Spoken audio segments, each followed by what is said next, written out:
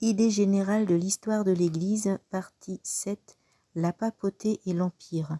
Charlemagne seconde de tout son pouvoir l'extension de la religion chrétienne. Malheureusement, ses successeurs n'ont pas sa valeur, il en résulte un affaiblissement dans la discipline et aussi dans les mœurs. L'anarchie se glisse partout. Les grands rois, princes et patriciens s'emparent des ecclésiastiques dotés de riches bénéfices. Le trône de Pierre lui-même n'échappe pas aux convoitises et les familles romaines y placent leurs créatures. Mais ce qui prouve la divinité de l'Église, c'est que le dogme n'en souffre pas. L'Église gémit de ce scandale que Dieu tolère pour montrer qu'elle est capable de résister à toutes les épreuves.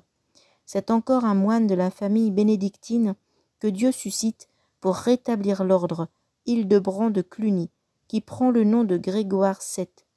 Homme de génie et volonté de fer, il comprend que l'Église doit être sous la domination non de l'empereur mais de l'Église.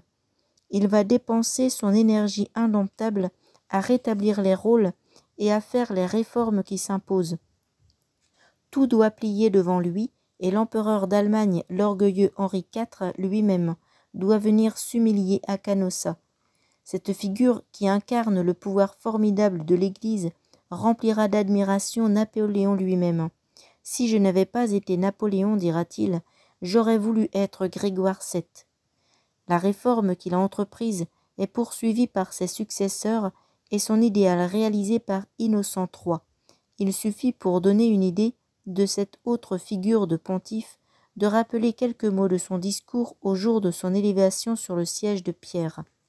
C'est de moi qu'il est dit dans le prophète « Je t'ai proposé au peuple et au royaume avec la mission d'arracher, de détruire, de perdre, de reconstruire, de planter. » C'est de moi qu'il est dit dans l'apôtre « Je te donne les clés du royaume des cieux.